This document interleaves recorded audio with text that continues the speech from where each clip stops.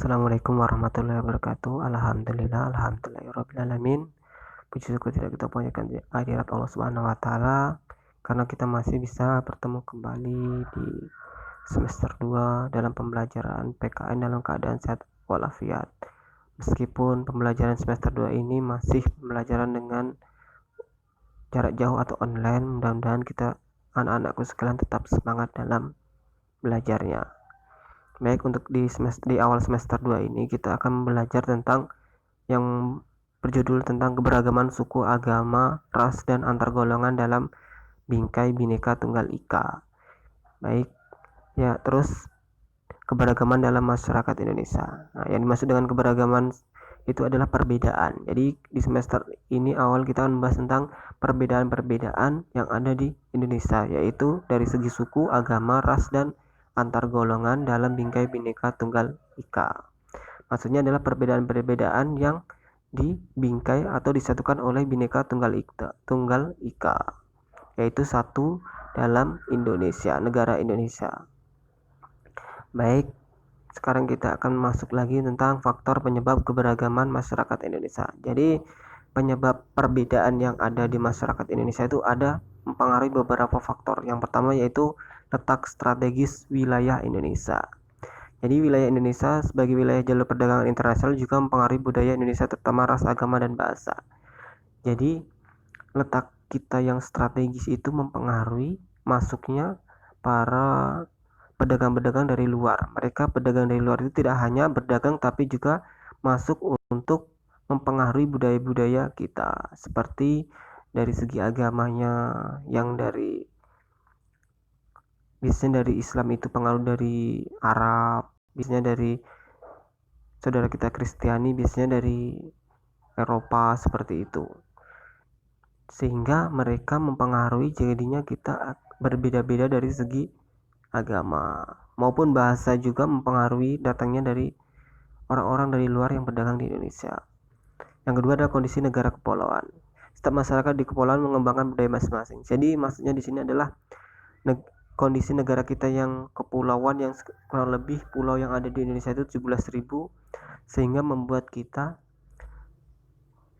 mempunyai budaya-budaya sendiri dalam setiap pulau. Karena dalam setiap pulau itu biasanya tidak mengetahui apa yang terjadi atau kebiasaan yang ada di setiap pulau. Jadi kita mengembangkan kebiasaan-kebiasaan sendiri sehingga menjadi budaya, hal-hal yang terus dilakukan hingga saat ini. Seperti di Jambi ini budayanya ada, contohnya kesenian tari sekapur sirih, seperti itu. Yang kedua adalah perbedaan kondisi alam. Mempengaruhi perbedaan mata pencarian, makanan pokok, pakaian, kesenian, bahkan kepercayaan. Jadi maksudnya di sini adalah perbedaan kondisi alam, cuaca maupun iklimnya, seperti hujan dan kemarau atau curah hujannya banyak atau sedikit, sehingga Indonesia itu berbeda-beda. Contohnya Indonesia bagian barat itu curah hujannya sangat lumayan tinggi, sehingga kita daerah bagian barat itu cocok untuk bercocok tanam seperti padi dan sebagainya. Sedangkan yang bagian timur yang curah hujannya sedikit, mereka pun biasanya untuk mata pencarian lebih ke peternakan maupun berburu, seperti itu contohnya. Yang selanjutnya adalah keadaan transportasi dan komunikasi. Keadaan transportasi dan komunikasi juga mempengaruhi masyarakat di setiap wilayah, karena setiap wilayah itu berbeda transportasi dan komunikasinya, sehingga biasanya wilayah-wilayah yang transportasi dan komunikasinya lebih maju itu biasanya di pulau-pulau yang lebih dahulu berkembang daripada pulau-pulau lain, seperti pulau-pulau Jawa, sehingga dari segi mata pencarian budayanya sehingga berbeda.